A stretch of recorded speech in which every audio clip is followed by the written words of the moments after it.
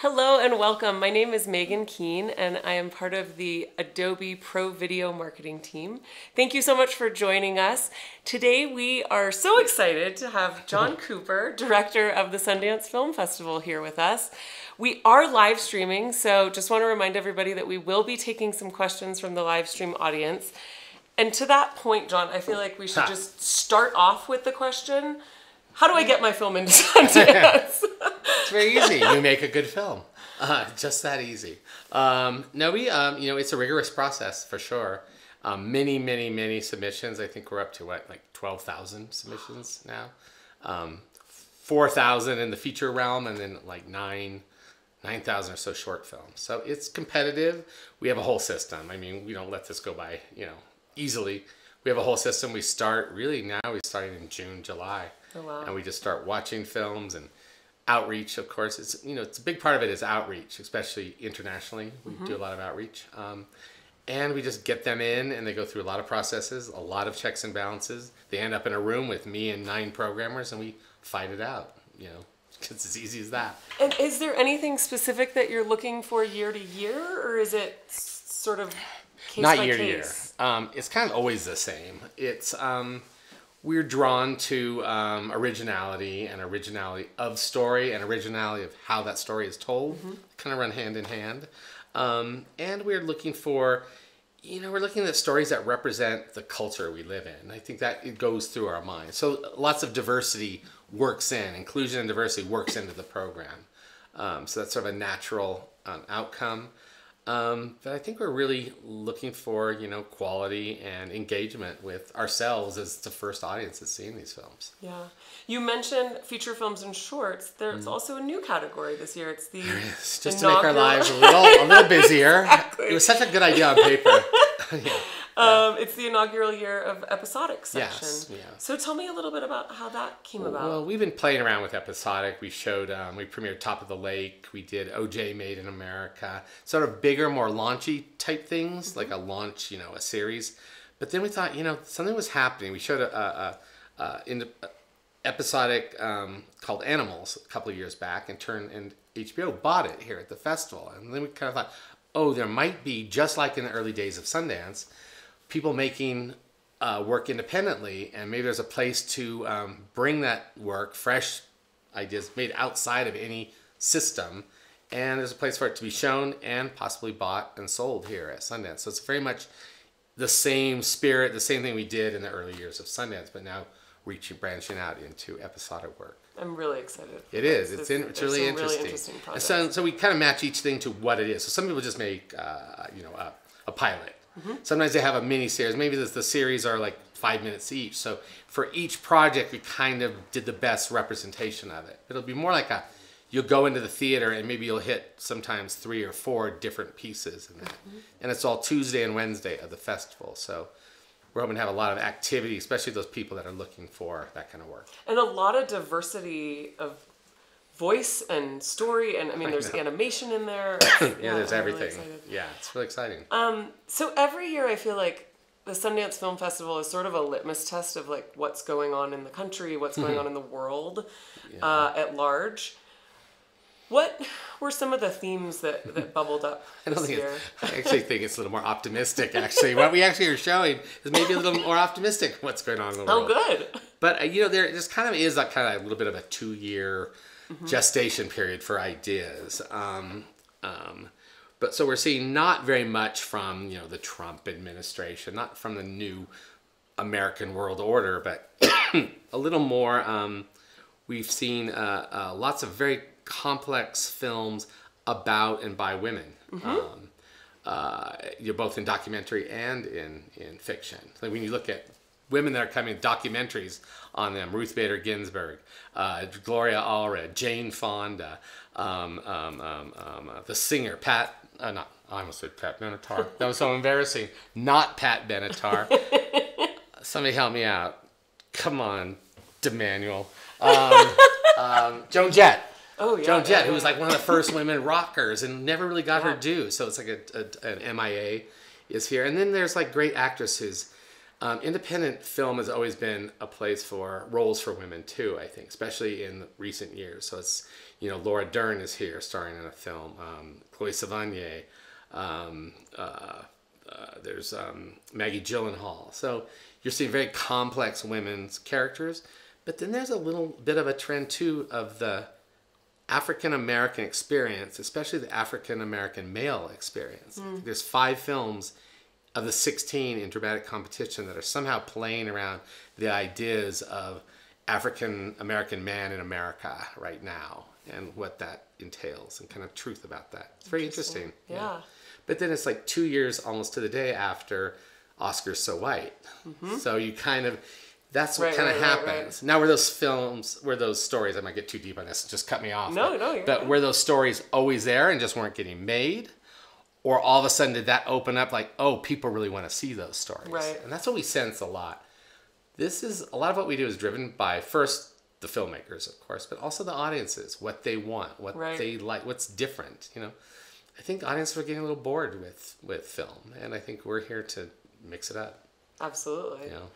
So Adobe and Sundance have had a long, healthy partnership. Yeah, actually for years, as far as I'm... Many. I know, yeah. And not just here at the festival, but with programs like Ignite, and Adobe's now the sponsor Our of their Women's year-round Fellowship. programs that are really the Sundance Institute. The festival's part of the Sundance Institute, but we do go year-round. Yeah. So why does it make sense for Sundance to partner with Adobe? Lots of reasons. Well, you mean in Ignite in particular? Across or the just, board. I think they're... with Adobe, they are the same sort of progressive ideals and progressive approaches to what. And, of course, Adobe's going to be a lot more technically savvy than we are. We're barely keeping up most of the time. But so we really like partnering with them to get their ideas and their research, which is quite extensive, of just like to find solutions or ways to do what we want to do as well. So the next topic that I wanted to jump into is about Ignite, and actually one of the questions that came from our live stream leads perfectly into that. Houdini King Louie asks, I'm an actor and director. What is the first step into getting myself out there into the industry? So, and is that a necessary, because Ignite is for 18 to 25-year-olds. So yeah, so is Houdini that young? I don't know. Houdini, let us know. How young are you? I have a sense, yes. So I'll just go down that path. Yeah. Because Ignite is a program for 18 to 25-year-olds. I was standing in front of the audience and complaining, like I do sometimes, not to the audience themselves, but just looking out there and like, it's a sea of gray heads. This is a number of years ago. And it's kind of going, we have to keep, if Sundance is going to remain vital, we have to start getting young people here to the mountain. Right. And so we wanted to create, and we thought, well, what's the first step? Well, the price of the tickets, getting tickets, all that stuff. So we created a ticket package that you have to prove that you're that age, and it's for you. You get to come to the festival, see films, but also we do a lot of auxiliary programming around it. So we have a lot of private panels for that group that's on that ticket package to learn about the industry, learn from other filmmakers, get inspired. Part of it's inspiring, part of it's really hardcore knowledge about how this all works. So. And then as part of the Ignite program, there's the Fellowship. Right. So talk a little bit about how that got started and the goals behind and the that Fellowship. was really driven from when we got even deeper with Adobe. We were like, what do we really need to do? And so this is we choose 15 people every year, young people. And they have a year-round program. They come to the festival. They get lots of mentoring. But we sort of form a program to them and who they are in their career. And it's really like a big next step thing. It's hard to get into. You have to submit a piece of work, a short film. It's a big process of honing, of culling that all down and getting a really great selection. And this year, the Ignite Fellows are from like Venezuela, India, Algeria, Mexico. Dare I say India? India, the and US, Canada. So it's really a diverse group, and they become very, as you can imagine, this tight group of young people that actually help each other as well, and we just give them as much resources as we can. And so how does Adobe's Project 1324 it work. parallels with it because they have they're developing a lot of the same technology of engagement. It's for that age group, but also around creatives with social impact. So it's very almost the same, but using technology much more. Ours is much more analog. Come to this with us, meet these people. But this is they're developing a whole system for everybody in that age to use. So. And how long has the program been going? This is our, I think it's, as fellows, I think it's the third group of fellows. The program, the Ignite program, I think is 1 year before that. So this is fourth or fifth. And how have you seen sort of changes or development? I know your goal was to sort of change maybe the profile of the festival at large. Right. And what we try to do is bring people in. They go out. They come in as a normal young person, but go out as an ambassador. So that's part of it. And doing things like this, like trying to get the word out. There's something Sundance is doing for you. We tend to find young people a little not timid at first, but they don't think it's for them. And this is really to say, look, there's a place at Sundance for you. And so that's part of it. Did I lose the thread of that? No. Yeah. I just am wondering sort of how the evolution of the program has been over the last 3 years. Yeah, especially in the fellows. The fellows are all out there working now. Oh, awesome! Yeah, that's the true. That's task. The best news. Well, I think they might have been anyway. They're pretty incredible. They probably would have been anyway. There's a couple of Ignite alumni in the festival this year. Yeah, I know. There's two shorts, and I think indie episodic. One of the fellows from last year actually got in a lab that we have in the summer for episodic work. So they're infiltrating. Youth is infiltrating. Right. So. What are some of the diverse stories that come to mind? I mean, I know you talked a little bit about the documentaries and projects about these luminary women, right? African-American male voices. Any other sort of unique stories that you're really excited about this year? Yeah, I mean, I know there's each one is 200 plus projects. There's just a well, couple. and just even in features, it's 120. But each film is very different. We're seeing a lot more work in period pieces. I think a lot of it has to do with technology, maybe. Like it's easier to do a shot and put in very authentic backgrounds for shots. Absolutely. So there's a film called Colette that's set in Paris. There's Rupert Everett is doing a film about the last years of Oscar Wilde. So that's a period piece. So we're seeing that. That's just like something that happens. Will it happen next year? I don't know. Yeah. Even Lizzie, the one about Lizzie Borden, which is Chloe Sevigny and the Twilight Girl. See, this is what always happens to me. Kristen. Come on, you guys. Somebody knows the name. Kristen Stewart. Stewart, thank you. She lives in my neighborhood in LA. She goes to my butcher. She's going to give you dirty looks walking down the street now. She's actually one of the sweetest, smartest girls I've ever met. Mm-hmm. She's really smart.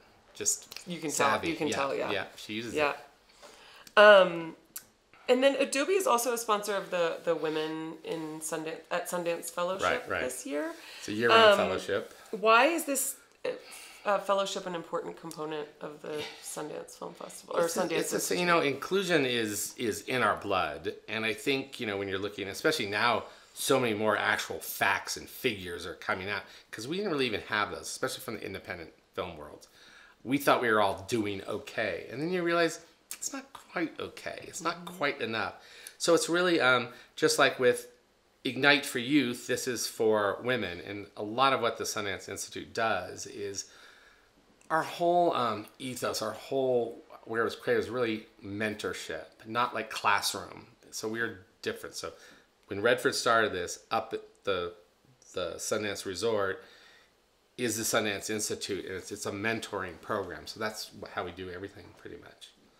And why is that important? I mean, you say that inclusion and diversity are in the lifeblood of Sundance, but I have selfish and then more general big idea things. I mean, big ideas like these stories need to be heard. Right. And if you're creating change doesn't come from facts and figures and you're wrong and you're wronger over here and you're really wrong. We all know what that is. But I think what it is like, it comes from stories, and it comes from personal stories.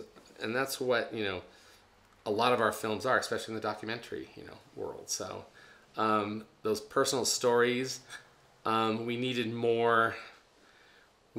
to get the voices connected to the right souls to make this work. And that's part of it. And for me, selfishly, it makes for a great festival. I get good product. My audiences stay happy. We get excited when we see this new work. And that's kind of what's been driving me. I mean, this is my 28th film festival. So I've worked here 28 years. So this is what drives me and drives my team, is new voices. Yeah. So if a lot of our audience is, and a reminder to the audience watching live that we are taking questions from the live stream. It's just Houdini. There's no one else out there. Houdini's the only one watching. Yes. And we still don't know. And I like Houdini already. But in terms of the Ignite program, how do people find out more about either submitting for consideration or to follow the trajectory of the fellows? It's on our website. The website is the way. And I think through Adobe website as well. Yes, through Project 1324, absolutely. And we do a big push. We do a lot of outreach.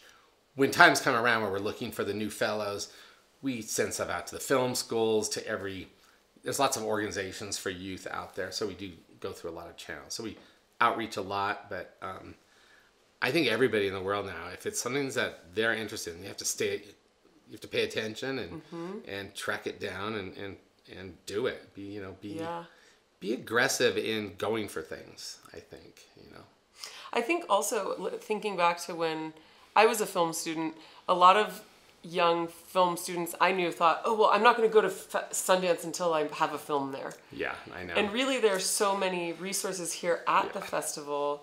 Can you talk about some of the, outside of just seeing films? Well, you're right on a shuttle, and you never know. It's the You best. never know who you're sitting next to. You never know who can help you. There's a lot of serendipity, but it's pretty easy. It's structured in a way, So there's that. You also see amazing work. The filmmakers all here, most of the time, it's their first or second film. They like to talk. We have found that the success of Ignite, a lot of it is there's so many other young people that are just one step past that really like to share back. It's rewarding for them. It's not like, oh, I'm here, I'm going to tread on you. No, there's a great sense of community. I don't know if that's sort of innate to us at Sundance. I think we do promote that, but I think it's just youth in general. I'm very optimistic about young people. That's great. Yeah. Okay, we do have another question from the live stream. Talua asks, what themes resonate more with you personally when selecting films? They're picking your brain, John. Yeah, I tend to go a little softer than you would think. I like to like all the love stories that make me cry. That's me personally, but I tend to be on my staff, and I'm not what I would call an academic. I didn't go to film school. So I really like the films that engage with me on a real emotional level. That's the personal ones. There's a film, Blind Spotting, which is tomorrow. That's I just fell in love with the characters, and they're so fresh. I also do like films that are very confusing, what I call the gray zone, like the gray area, where there's not necessarily a right or wrong. That's why sometimes the Marvel comic, a little lost on me. I like family drama where it's a struggle. It's a struggle like we live with all the time in our lives, and I like seeing that in other people. And I'm not afraid of dark either, though. But I tend to, I don't know, maybe just because I'm old. I think you get softer when you're old. Actually, another really exciting part of the festival for us at Adobe is that we're the sponsor of the Next category. Oh, yeah. Can you talk a little bit about Next and what that means? Absolutely. Next started when I took over as director of the festival 9 years ago. and Trevor Groth, who's the director of programming now, we started together. And we felt that we somehow were missing a type of film and filmmaker. The ones that maybe weren't quite ready for the competition. They had a great point of view, really interesting. They showed great talent, but not necessarily the film that was going to beat out Whiplash. You know, the one that was really well conceived, you know, all done and baked. And so we wanted to have this category for that. It's really fun to put together. And it's different every year. It's not one of those like, this is what it is. It's, you kind of know it when you see it, you know. And there's a lot of Next films that could play in competition, but there aren't all competition films that can play in Next. Because maybe they're just a really good film, but it's not Nexty. We say Nexty. Yeah. Well, I don't know what it is exactly. But it's, you know, pushing the envelope, trying new things. Sometimes maybe a little experimental. It's funny, I see a lot of films from 9 years ago using techniques that are now on television. You know, as television is so advanced, so quick, maybe breaking the third wall, maybe talking to, you know, in a comedy, talking to the straight to the audience, just use some animation in a normal narrative. I don't know, anything that's new and different, trying something new. Yeah, we spoke actually to the filmmakers, and that we're going to be doing a live stream with them this week of Search. Oh yeah, amazing. But also just trying to even wrap my head around what it looks like or what it is. That was one of those. I said, this is that movie I've heard talked about, like, you know, in some stoned out party or something. You know, it'd be a good idea. We're gonna make we're gonna make a film, but we're not gonna use anything live. It's all gonna be on devices, and then they never do it, or they do it bad.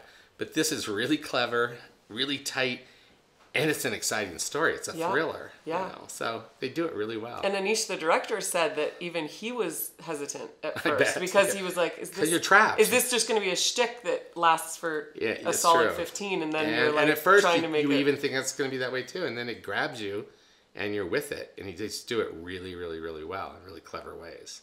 So it is a little fun to watch how they do it at the same time. There's a little of that in there, but all in a good way. Yeah. One thing I really appreciate about the festival is you're such a mainstay of the independent film community, and it could be very easy to be stodgy about, well, we accept films and we keep things very traditional and this is how, and yet over the last few years with the next category, with some of the episodics that are in this year that are, you know, internet characters, you know, people who have come up through the YouTube generation. Why is that important to you, to embrace the evolution? I get bored easy. There's a little bit of that. And you know where it comes from? Our leader, Robert Redford, he pushes change all the time. He's like, after every film, no time to sit on your laurels. It's like, is there ever? Do I ever get to sit on my laurels? I don't even know what laurels are exactly. I don't even know what it feels like to sit on one. I think of it, is that part of the animal with the haunches? That's what I see, like sitting on your laurels. But that's him. He believes in that. I mean, he does it in his career too. He's always pushing. So he's the one that makes it very okay to be risky. That's what it's about. And how involved is he in the festival at this point? Oh, you know, he doesn't watch the movies. But when we started talking about the next episodic, he comes into that conversation. So he comes into the conversation when we're thinking about changing something or doing something bigger. And he's always supportive, you know, but still, he always gives you that one little thing that you didn't think of. It kind of pisses you off sometimes. It's like, damn, how do you do that? You know? Where it's just, gives a little twist that, have you thought this? And it's just like, yeah, that's a good idea. You know, so, you know, a lot of it, my job is being able to do that, being able to accept other people's good ideas, because it makes you look good. But also for us, it's not being critical. A lot of people think that we have to be critical, but we have to find 120 films worth supporting. So for us, it's really keeping your heart open to all these different styles and all these different stories, And I think sometimes I just want to get critical and get narrow because it's easier, Yeah. you know? Yeah. But that's not it. You have to stay constantly learning along with everybody else. You know? So when you are culling down the films, like, do you go down to like, okay, now we have 300, okay, now we have to filter it down further? We do it more in categories. Like, so Okay. there's 16 films in competition, in dramatic U.S. competition. We usually get it down to about 24. Like, try to get that number down. Then you can really, because you can't talk in depth, you don't have enough time, and we're racing against the clock always. So you have to get it down to where you can get really deep and get everybody's passion into the room to make the right decision. So it's about that. Maybe like what, 10% more, 20. It's not even 20% more, but that's its own process getting down to that. And now with the festival kicking off tomorrow night. Is that tomorrow night? It is. Yeah. It is. You've got a few speaking engagements over the next We have a press conference tomorrow. week and a half. Yeah. Yeah. And we do all of our programmers, we intro every film. You always seem, when you intro to the films, to really have an intimate understanding, and Yes. I mean, well, with 120 films, it's impressive. We do feel intimate. Sometimes you're the only person if there's 1,500 people in the room, you're the only one who's seen the film. So it's you and the filmmaker against the world at that point.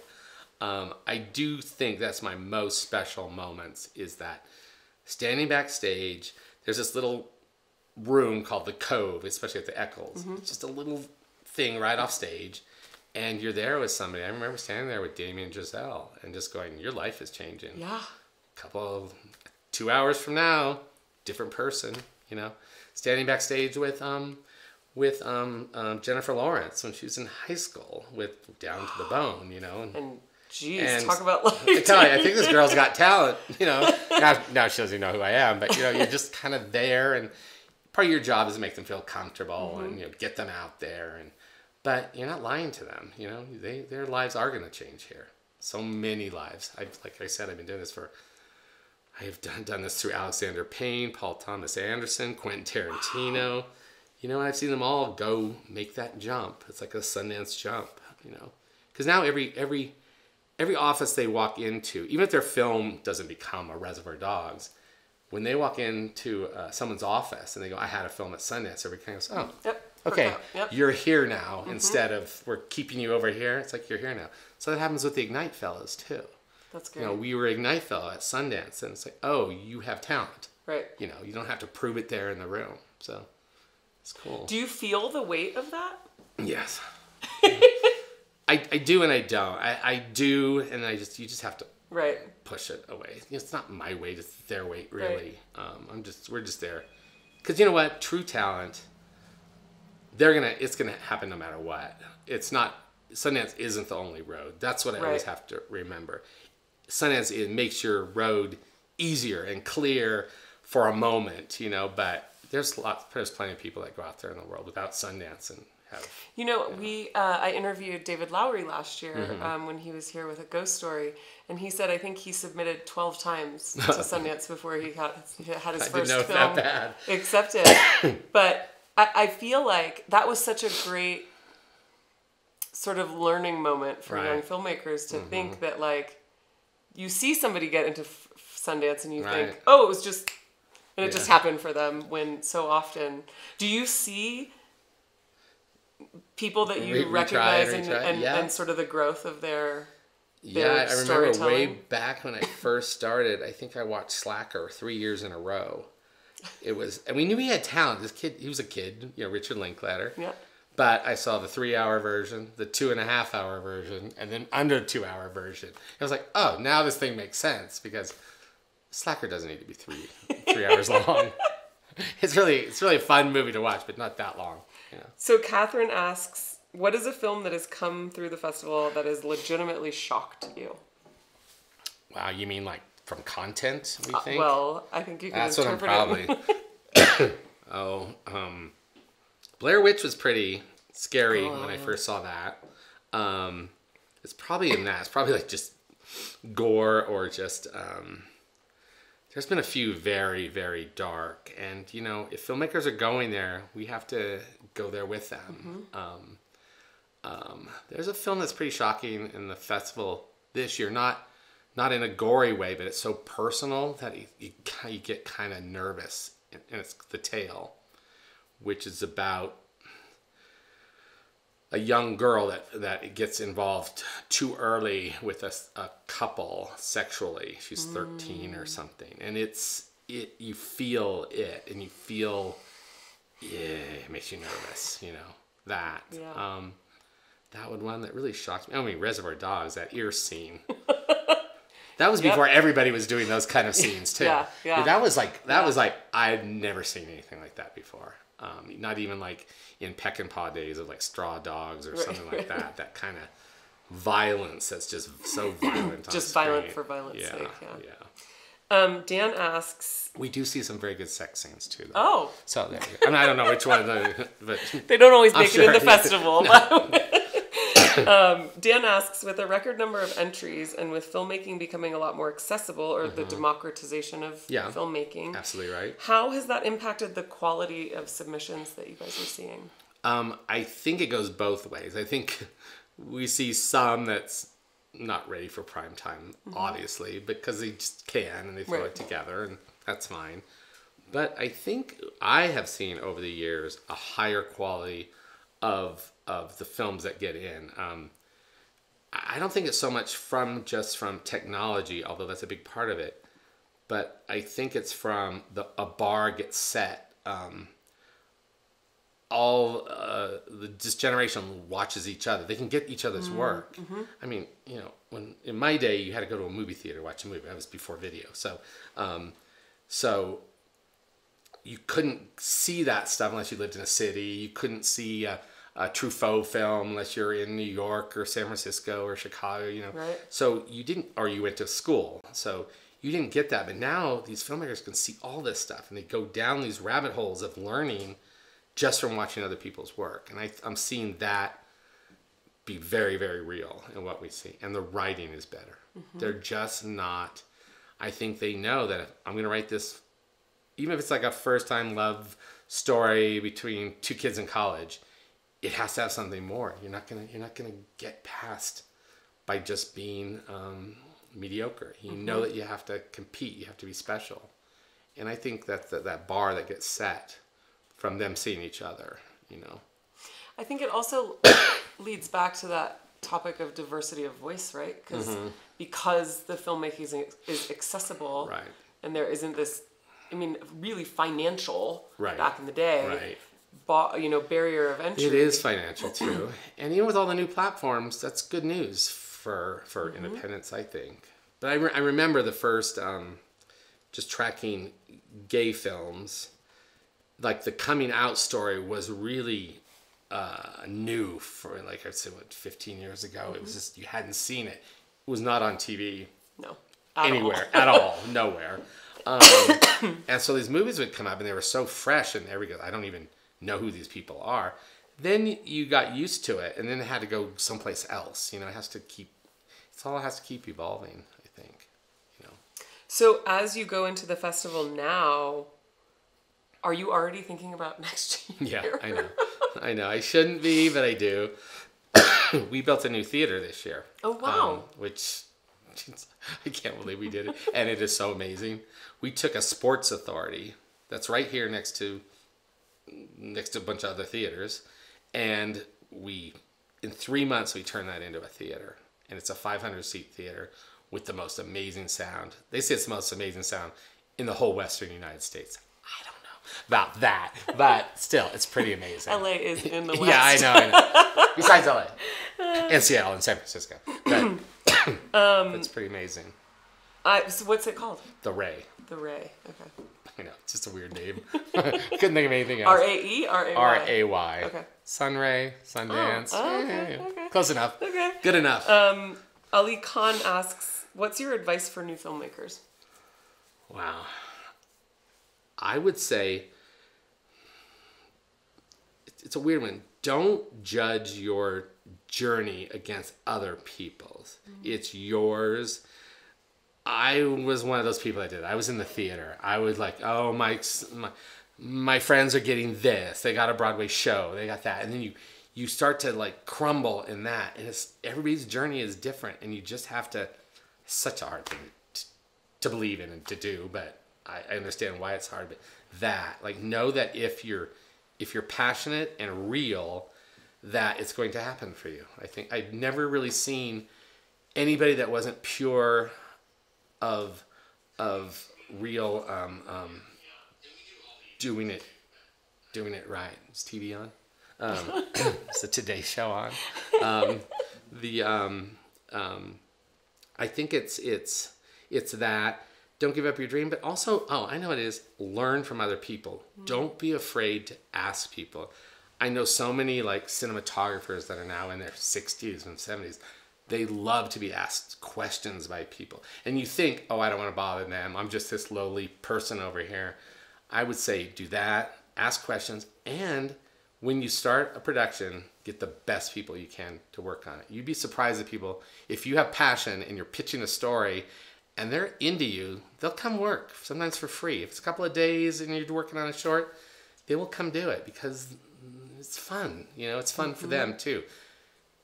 I sometimes say with young people, I'm like a vampire. I need the fresh blood to keep us vital, And they all think, nobody wants us, nobody cares. But in truth, youth is infectious, and use it while you got it, as far as I'm concerned. Which actually leads into, Ali Khan asked another question about, does budget really matter in making a good film? I'm liking this Ali Khan guy. He's just throwing you it's softballs. He's in my office. I don't think it does. I think it's a good idea you can do on many budgets. Todd Haynes made a movie back in the day. Todd Haynes is a very good filmmaker as far as I'm concerned. He made that short about the Karen Carpenter story with Barbie dolls. Yeah.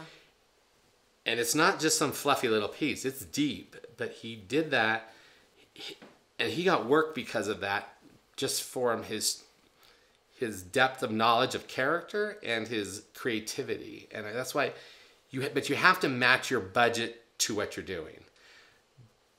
Don't try to do something too big on a small budget, because then it looks tinny. Right. If you only have this much money, match your content to it. I think that's like a trick. Yeah. And your advice on shooting for the best people possible to work with. Because sometimes you'd be surprised what people are willing to. They will work for free. It happens all the time, especially in actors. There's a lot of actors out there that don't get really interesting parts too. I think that's why we have so many great women's roles in independent film. Because they go do that Hollywood movie and they're Kevin Costner's girlfriend or something, but and then they get to play Lizzie Borden, or something like that, something cool, and it's a great resource. Well, I'm sure that's part of the reason why you see such a high caliber of talent in films here at the festival, is because those meaty roles are not necessarily. And there's funny too. There's the new thing we're seeing is the community that more of them return. They'll go do something else and they'll return. That was fun. That I remember doing that. That was a good experience. It wasn't. I didn't have my own trailer, but it was okay. And I see that coming around, and then they come here and they stand up in front of these things in real ways. Yeah. So before we finish, I want to go back to the Ignite program. Okay. Because I do think that being here at the festival is such a unique experience, and you bring up the shuttle specifically, that you never know who you're going to talk to. You never know what kind of relationship you might build. Right. You never know how you might be inspired. And you're meeting each other at your same age range too, which can be very useful. Absolutely. So can you speak again about the Ignite program and being able to get a pass to Sundance through as a younger person? When tickets go on sale, there's an Ignite pass that you can buy. It's pretty. It's inexpensive. It's such a hard thing, but it's way less than what everybody else has to pay, and you're sitting in the audience paying way less, like a good deal on an airplane. But then there's a whole nother program that you get with it, where we do a few like themes where there's an industry track where we bring in people that are in the industry, but just maybe 2 or 3 years older than the people that are here. So if you're out of college, these people have been maybe in the workforce for 3 years, and they will just tell you a lot of, I say dirt, but I mean not dirt, but just just how it works, and really hardcore things for you to succeed. So there's that, and then we bring in a lot of the filmmakers that have films at the festival, and they have a much deeper dive with them, how they made their film, what they were afraid of. We kind of, the whole line of questioning is different than just a regular Q&A. It's really like, you know, your insecurities, how you got over them, how you got over financing, how you made that work, what was the hardest day of the shoot, hardest shoot day of the whole project, stuff like that. So they get lots of real, stuff. So it's not just buying a pass and seeing you get some this movies. whole extra bit of programming around That's it. awesome. Yeah, it's so much that most of them can't even do it because then they want to go see the movies. But you get access to all the films, and that's really fun. It is. Yeah. Well, John, thank you so much for you. being here with us. Thank you all for tuning in. Stay tuned. We're going to be having live streams with all sorts of different filmmakers from here at the festival. And thank you so much again. And I know some of them, and they're really talented. And characters. Yes. Characters. That's true. Everyone in a great way. Awesome. Well, thank you so much Thank you. again, John.